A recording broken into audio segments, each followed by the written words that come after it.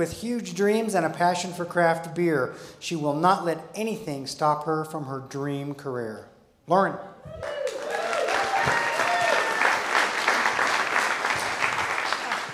Kind of being blinded up here. My name is Lauren Hoff, and some of you may know me as Napa of Beer. I write a beer blog and also do beer education events around town. So women are the original brewers, despite the fact that it is now a man's game. Women were the ones who brewed beer for centuries, except for the last couple.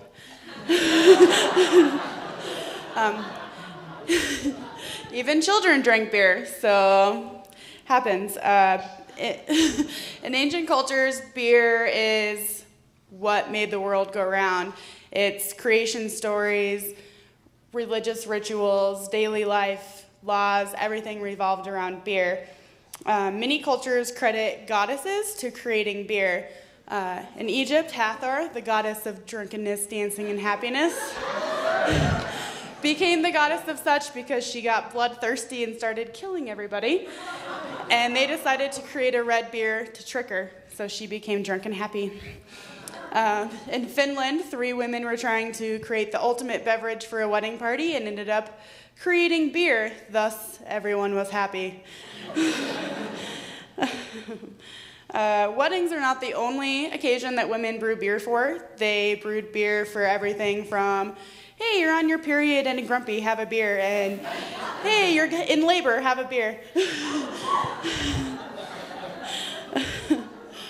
Vikings, even, their heaven was an ale house with a giant goat, high drum, whose udders produced an endless flow of beer, and that was heaven for the Vikings.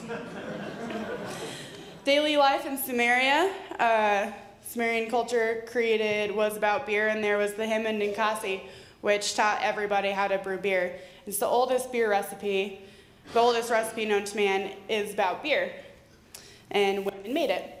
In South America, which is also supposedly the oldest beer, up to debate, it's not my job to figure that out, women chewed the grain of beer and spit them into the fermenter. Lovely.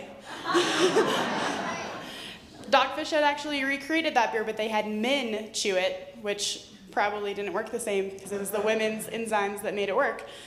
In Egypt, they had 20 different hieroglyphs for food, and they all involved beer.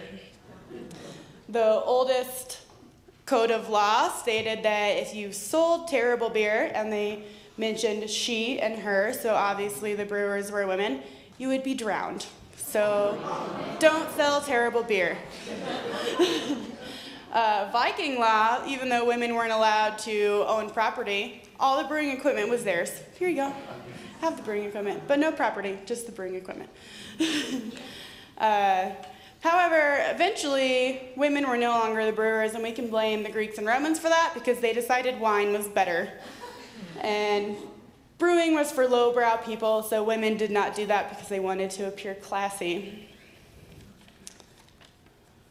In the northern region, where more grain was grown than grapes, they took it out of the kitchen from women because they started brewers' guilds, which were the first unions in the world, and they started brewing beer there instead of in the home, and they started brewing in monasteries, and this one, Chimay, actually still exists.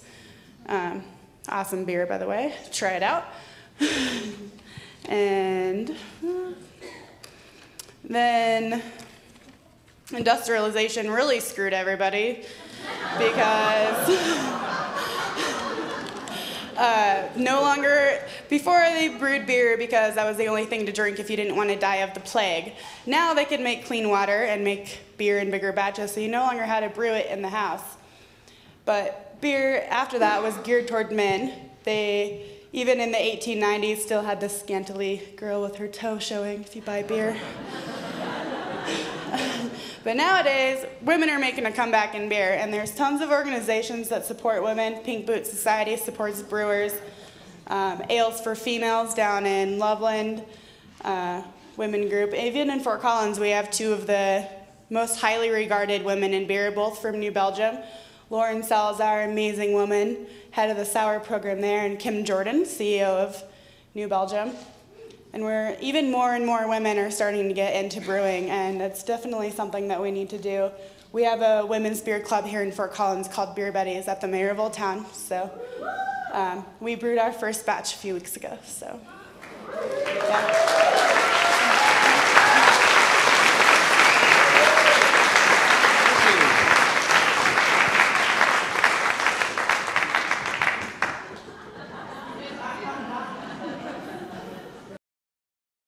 He's not dissing me. So.